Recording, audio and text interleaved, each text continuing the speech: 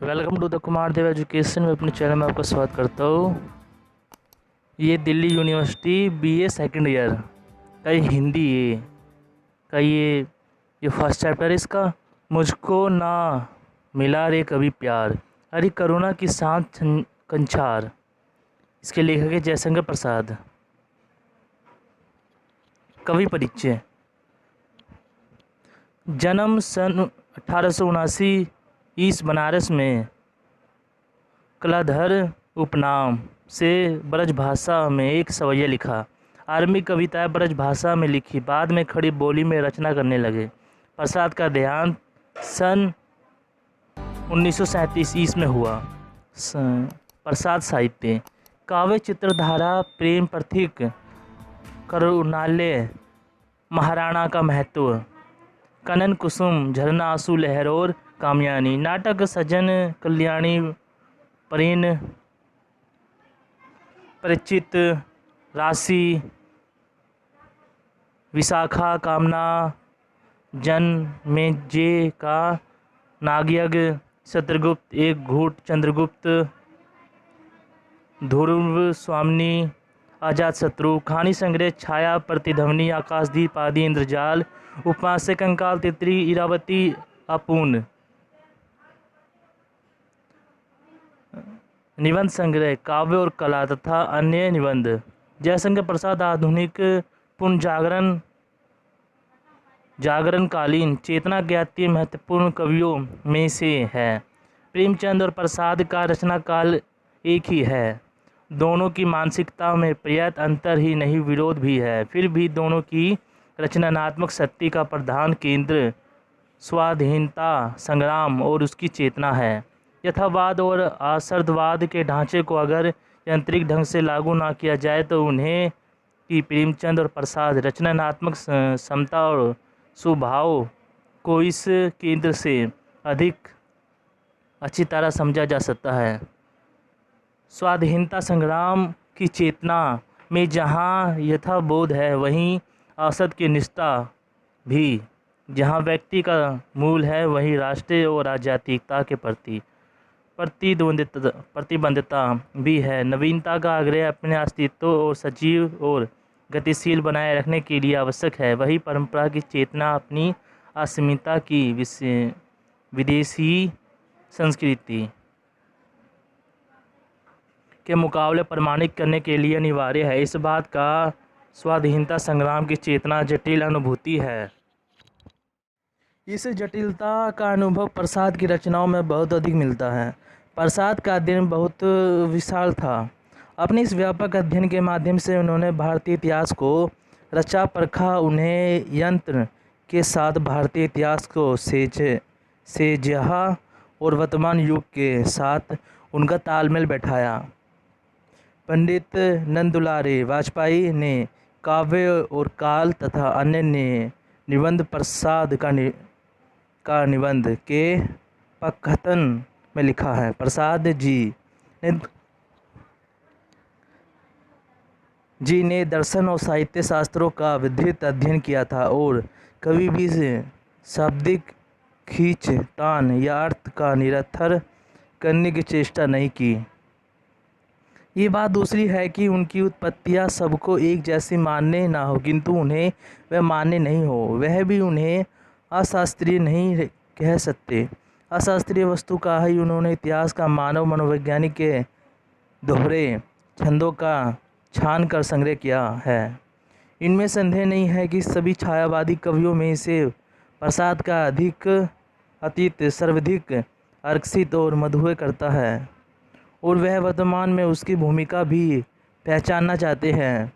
इतिहास को रचनात्मक का निमित्त बनाने के पीछे उनकी जो मानसिकता थी, उसे स्पष्ट करते हुए उन्हें विशाख नाटक की भूमिका में लिखा है। मेरी इच्छा भारतीय इतिहास के प्रकाशित अंश में से कुछ पाखंड घटनाओं का दिव्य दर्शन करने की है, जिन्होंने हमारी वातावरण स्थिति को बनाने का बहुत कुछ प्रयत्न किया है। ये कथन उसकी इतिहास के साथ अछंजितता के आग्रह को काफ़ी हद तक स्पष्ट कर देता है। किसी भी देश का इतिहास अपनी जाति के पुरुष और पराक्रम को प्रमाण देता है। भारतीय जाति ने इसी इतिहास में अपने पुरुष और पराक्रम को प्रमाणित किया है। अंत इसकी खोज जरूरी है। प्रसाद की मानसिकता इस खोज के प्रति लगातार सचेत रही है। वे कभी भी भारतीय जाति के मन में है अतीत को भूले नहीं और उसे पश्चिमी संस्कृति, विकास और सभ्यता के मुकाबले चुनौती के रूप में प्रस्तावित करते हैं। साथ ही अपने साहित्य में उसे वातावरण संदर्भों में ही दशा को समाप्त करने के लिए शक्ति के स्रोत के रूप में भी ग्रहण करते हैं। आज के समाज में व्याप्त संकट के मुकाबले ऊर्जा के रूप में विगत आदर्शों को वह सामने लाना चाहते हैं जो स्थिति की भावुकता को दूर कर सहज जीवन जीने के प्रेरणा दे सके। श्री किशोरीलाल गुप्त ने लिखा,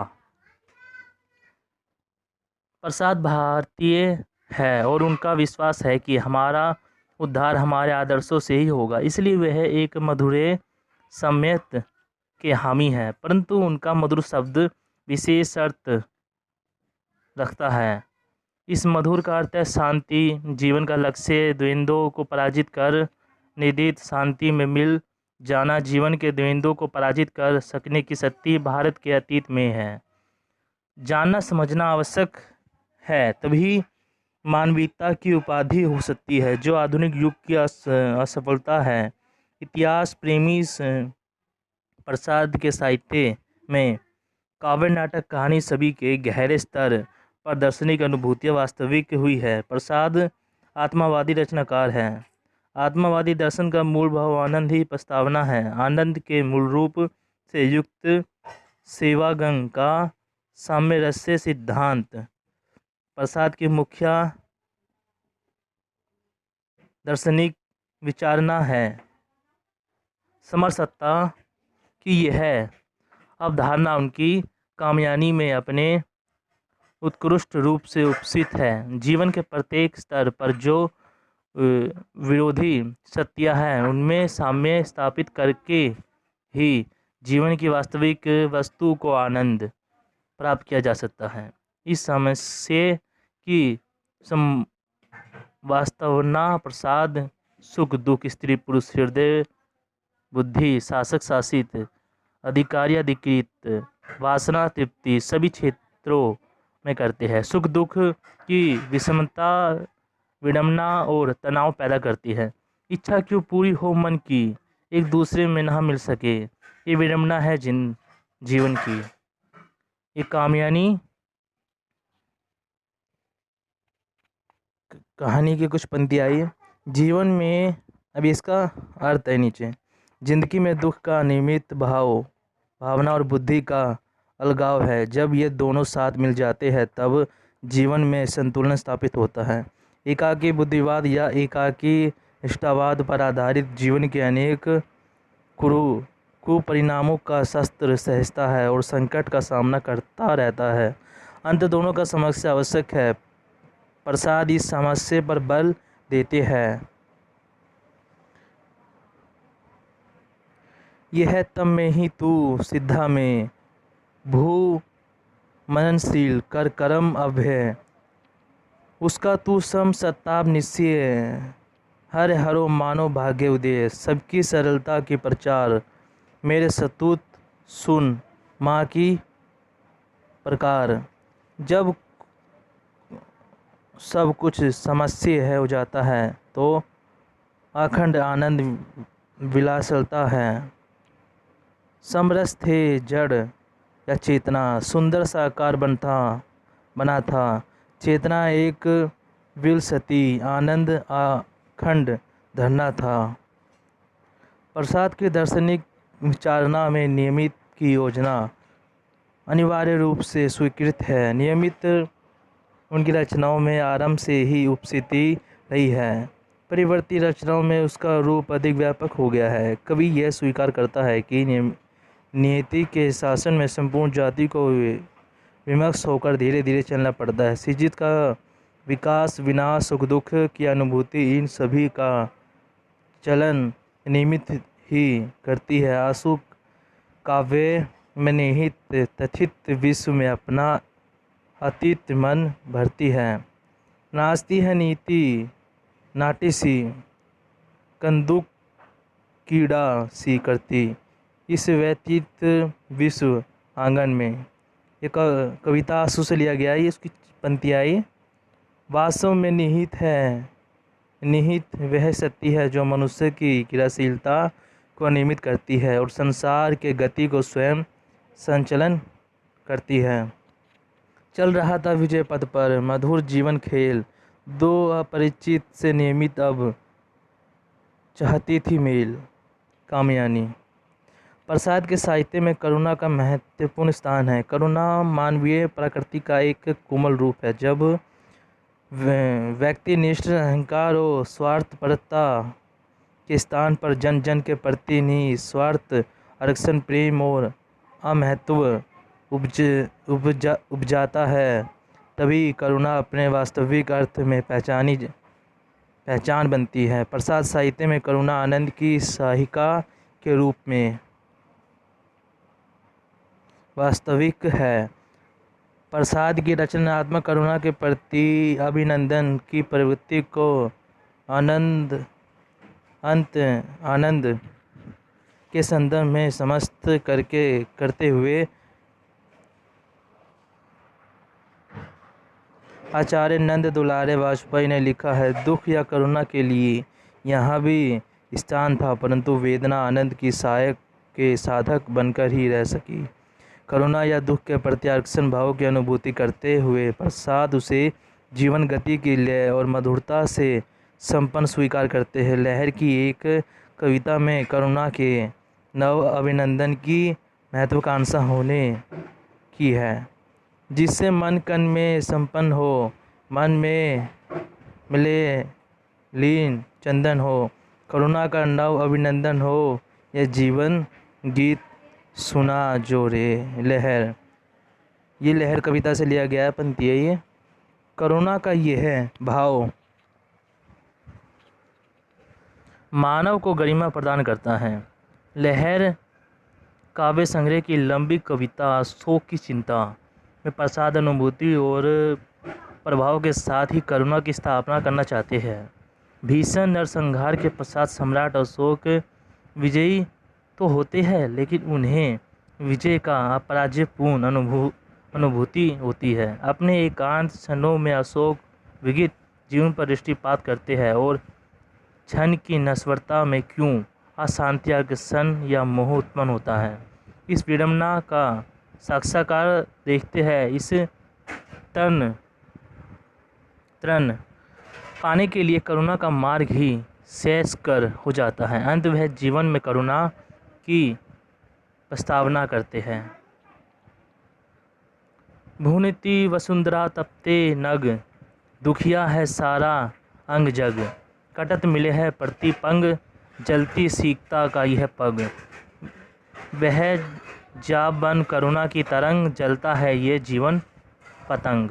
लहर करुणा को जप कर ही मानवीय मूल्यों के रक्षक की जा सकती है। अजातशत्रु नाटक में एक वाक्य है, मनुष्य में अंतःकरण में अस्वीकृतता की ज्योति जगाने वाली यह करुणा। प्रसाद अपनी रचनाओं में इस स्वीकृत प्रवृत्ति वाली करुणा को वास्तविक करना चाहते हैं। प्रसाद ने वेदना को अक्सर ऐसे अपसंग के रूप में चित्रित किया है जहाँ से सांस्कृतिक और आध्यात्मिक दोनों अर्थ व्यंजित हो सके हैं। झरना काव्य संग्रह की एक कविता किरण शिक्षक से है। इसकी कुछ पंक्तियाँ इस प्रकार हैं। धरा पर चुकी प्रार्थना सादृश्य, मधुर मुरली सी फिर भी मौन, किसी अज्ञात विश्व की विफल वेदना दूती सी तुम कौन।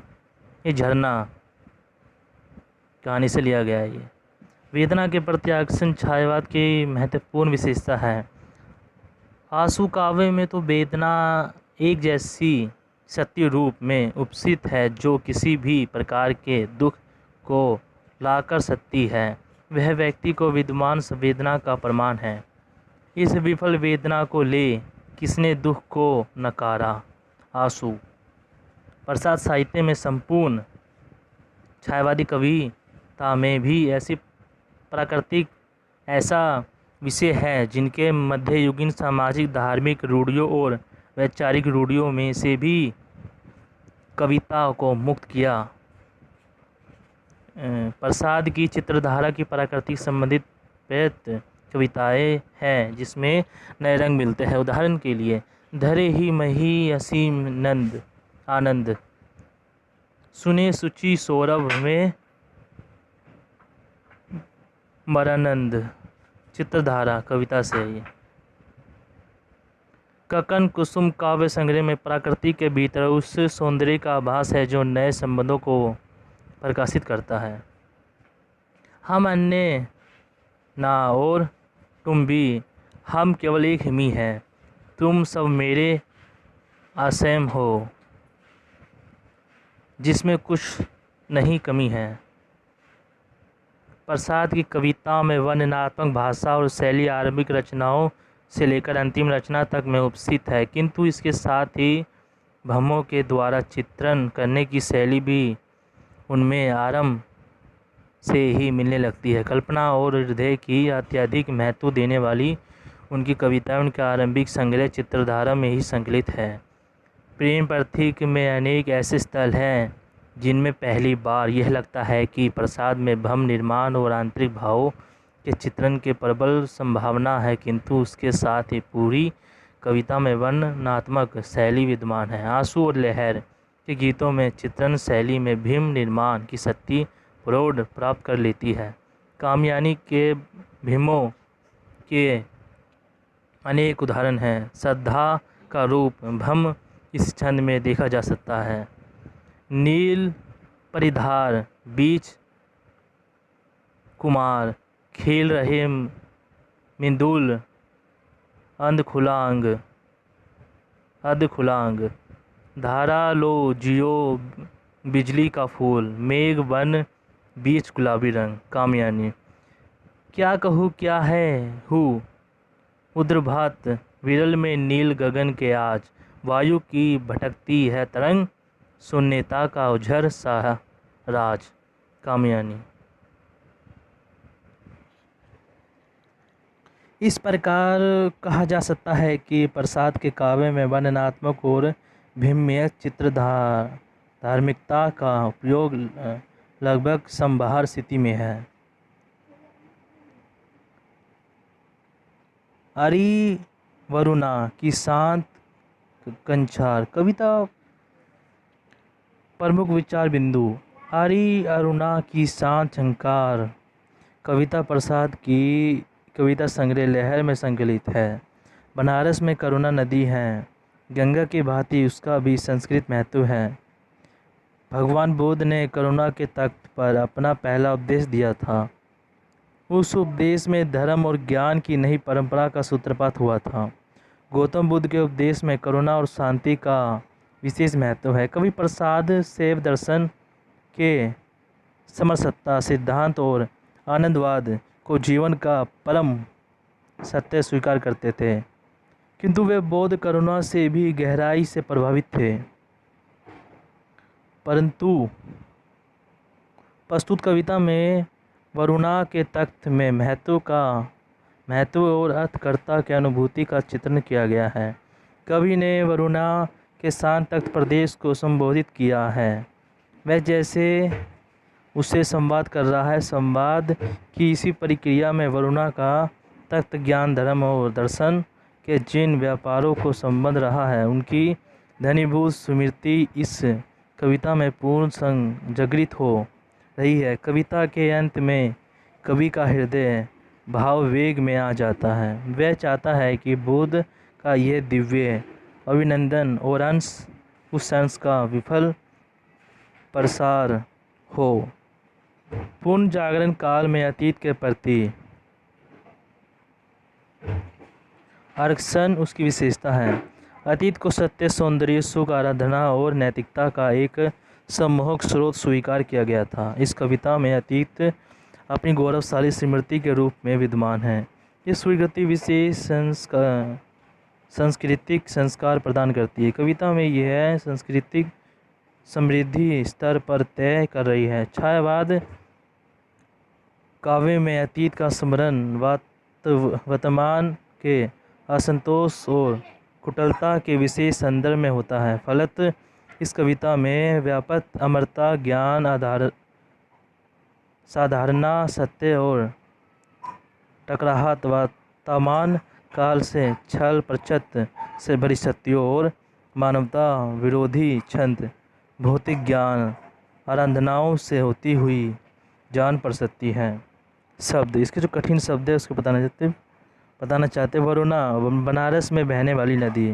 कंछार तक, तृण आश्रय, संधि मिलन, प्रतीक संसारिक। अमृक, वेदों की शाखा का वह मार्ग जिसमें वन प्रथों के कार्य का विवरण तथा उनके उपयोग में आने वाला उपदेश है। भिक्षु, दुखी, सुकृति, मोक्ष। जदल स्वर, मंद्र, बादलों की भांति गंभीर ध्वनि। ये चैप्टर समाप्त हुआ। हम आपको मिलेंगे नेक्स्ट चैप्टर में। वीडियो अच्छी लगे तो वीडियो को लाइक करें, चैनल सब्सक्राइब करें। अगर ये वीडियो आपके कुछ काम आई हो तो उसको शेयर ज़रूर करें।